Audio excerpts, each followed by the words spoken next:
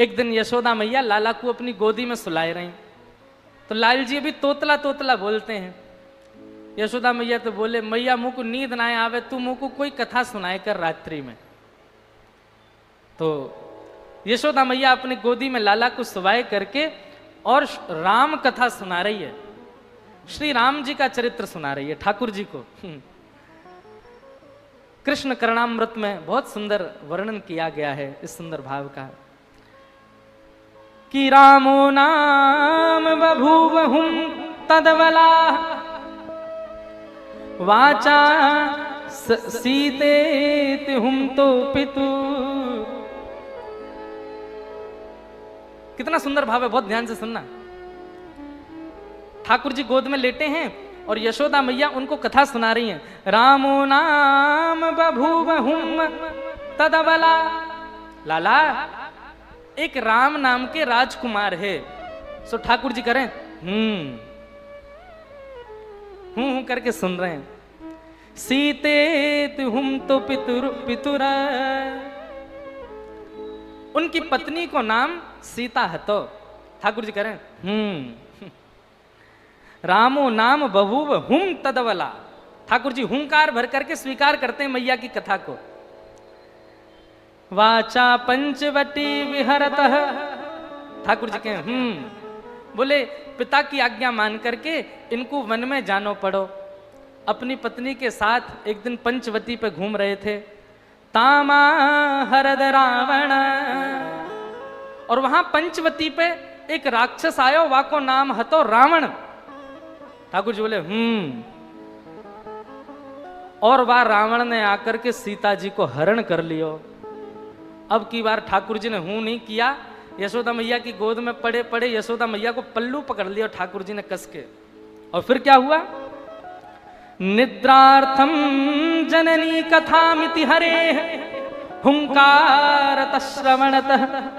जैसे ही यशोदा मैया ने कही कि रावण ने आकर के सीता जी को हरण कर लियो, ठाकुर जी नींद वीत तो सब भूल गए और उठ करके खड़े हो गए। ए लक्ष्मण, मेरा धनुष बाण लेकर के आओ, अभी बताता हूं इस रावण को, आज इसका यहीं पर सिर छेदन कर दूंगा। कैसे लेकर जाएगा सीता जी को यहां से?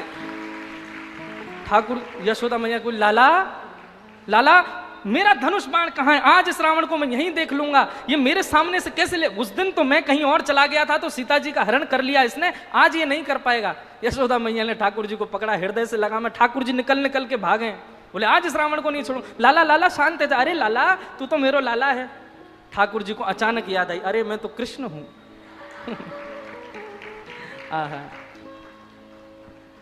निद्रार्थम जननी कथामिति हरे हुंकारतः श्रवणतः सौमित्रे कवधु धनु धनु धनुरिति व्याघ्रा गिरह पातु न।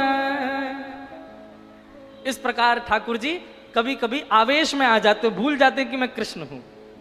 वह दिन से यशोदा मैया ने गांठ बांध ली, याकू रामलीला नहीं सुनाऊंगी, क्योंकि जब जब राम जी को चरित्र सुनाऊं याकू तो आवेश आ जाए, ये उठ के खड़ो हो जाए।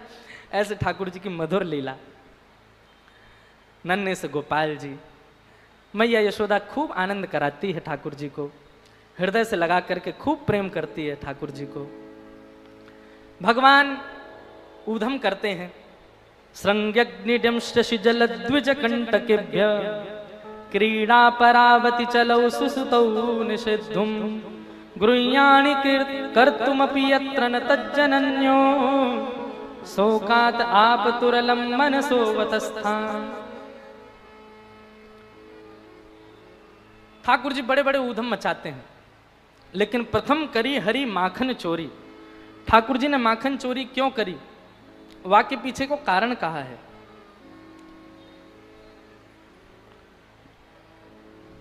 अब हमारा मन तो होता है कि हम विस्तार से एक एक लीला कह दें, पर समय इतनी जोर से भागता है। परंतु आप लोग सुनो। ठाकुर जी ग्वाल बालों से कहते हैं, अरे ग्वाल बालों तुम सब इतने पतरे पतरे काहे को हो? तुम लोग माखन दूध दही ना खाओ। सबरे बालक बोले, लाला हम कैसे खावें? ये कंस ने हमारे ऊपर कर लगा रखो है, टैक्स। सब ब्रजवासीन को अपने अपने घर को सब माखन मथुरा में जमा करवानो पड़े। ठाकुर जी बोले कंस को देनो पड़े? भगवान बोले अब मेरी आयु इतनी छोटी है, अभी मैं समझावे जाऊंगा कोई मानेगा नहीं मेरी बात को, बड़े है कि समझाऊंगा, लेकिन अभी कहा करूं, अभी कैसे दूध घी दही मथुरा जावे से रोकूं। तो ठाकुर जी ने सब ग्वाल बालन से कही भैया देखो राजी राजी नहीं मिले तो चोरी करके खाएंगे। ब्रजवासी सब बोले लाला तू जो कहेगो सो करेंगे लेकिन चोरी ना करेंगे। ठाकुर जी बोले क्यों, चोरी क्यों ना करोगे? ब्रजवासी बालक बोले लाला मैया यो के चोरी करवे ते ब्याह ना होवे, चोरी करवे ते कोई ब्याह वेगो नहीं हमसे। ठाकुर जी बोले ऐसा पतर पूछ रहा सो बनो रहेगो तो ते कोई ब्याह ना करेगो, नहीं शरीर तो बना ले। अच्छा ब्रजभाषा समझ आ रही ना आप लोगों को? बड़ी प्यारी भाषा है, ठाकुर जी की भाषा है ब्रजभाषा। ठाकुर जी बोले ऐसा पत्रों से बनो रहेगो तो ते कोई ब्याह ना करेगो। अरे ने खा पी के हिष्ट पुष्ट तो है जा। ठाकुर जी बोले ना करोगे चोरी? ग्वाल बाल बोले ना लाला तू जो कहेगो सब करेंगे, चोरी ना करेंगे। ठाकुर जी बोले तो ठीक है, तो फिर आज से आप लोग अलग खेलो और मैं और दाऊ दादा हम अलग खेलेंगे, हमारी आपकी मंडली अलग। बालक सबरे बोले लाला तू जो कहेगो सब करेंगे, अपने से दूर जावे की बात मत कर, तू बता कैसे करना कहाँ करना हमें बता हम करेंगे। और ठाकुर जी ने सब ग्वाल बालों के संग मिलकर के गोपियों के यहाँ चोरी करना प्रारंभ किया। बंधु अब देखो ये दोनों तरफ से ताली बज रही है, एक तरफ से नहीं। ठाकुर जी चोरी करते हैं तो जैसे ही गोपी को पता चलती है आज उसके यहाँ चोरी हुई तो गोपी को चिंता होती है, क्यों मेरा मक्खन बढ़िया नहीं था, मेरे यहाँ क्यों नहीं करी। वो स्वयं भी चाहती है कि मेरे यहाँ लाल आमे यहाँ आके चोरी करें, क्योंकि सब गोपियां जानती हैं कि ये श्री कृष्ण कौन है, साक्षात परब्रह्म है। कहीं ना कहीं चित्त में उनके में ये भाव आता है कि कृष्ण परब्रह्म है। गोपियों के यहां जा जा करके ठाकुर जी चोरी करते हैं।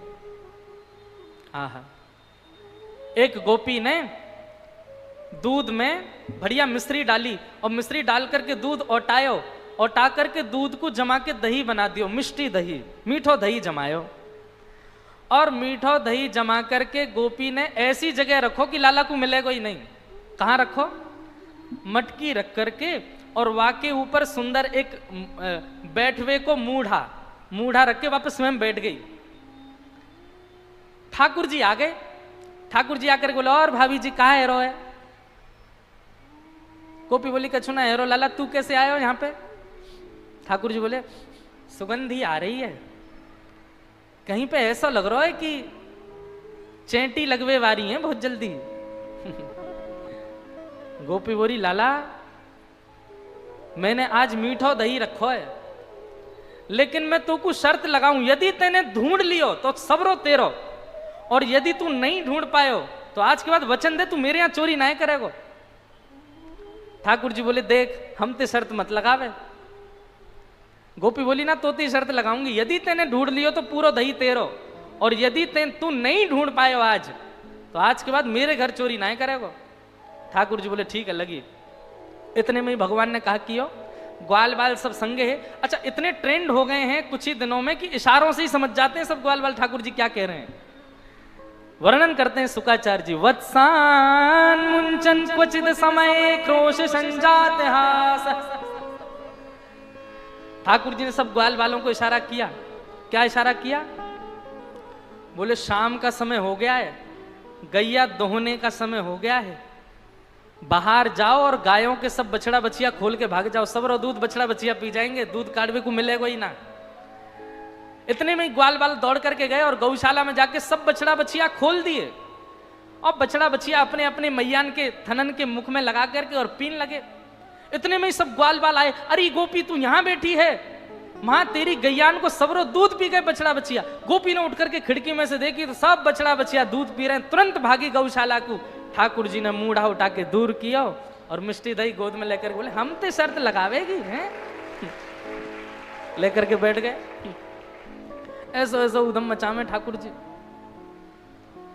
एक गोपी के यहां गए, वहां के यहां जाकर के 4 3 2 1 और सबसे ऊपर ठाकुर जी वाने दूध दही ना रखो है, अधोटो दूध। अधोटो दूध मतलब जब दूध ओटते ओटते आधा रह जाए, 5 किलो दूध ओटाओ और वो 2.5 किलो बचे, तब समझो वो अधोटा दूध। अधोटो दूध रखो मटकी में। ठाकुर जी ने नीचे कंकड़ी मारी और जैसी धार निकलने लगी अपनी ओक में भर के वाकू पीने लगे। और ठाकुर जी की ओक में से जो नीचे छलक रहा है वो सब ग्वाल बाल मुख खोल करके सबरे ग्वाल बाल पी रहे हैं। इतने में ही गोपी डंडा लेकर के आई और आकर के जैसे ही ठाकुर जी को मारवे लगी, ग्वाल बाल तो सबरे नीचे तो भाग गए, ठाकुर जी लटके रह गए। ठाकुर बोले देख गोपी हम गिर जाएंगे नीचे। बोले यही मारे तो आई हूं, गिर तो नीचे, आज तो पकड़ के ले जाऊंगी। आहा, ठाकुर जी बोले कहा करूं, कैसे भागूं। सोई ठाकुर जी ने वो छिद्र में से जो दूध निकल रहे हो ना,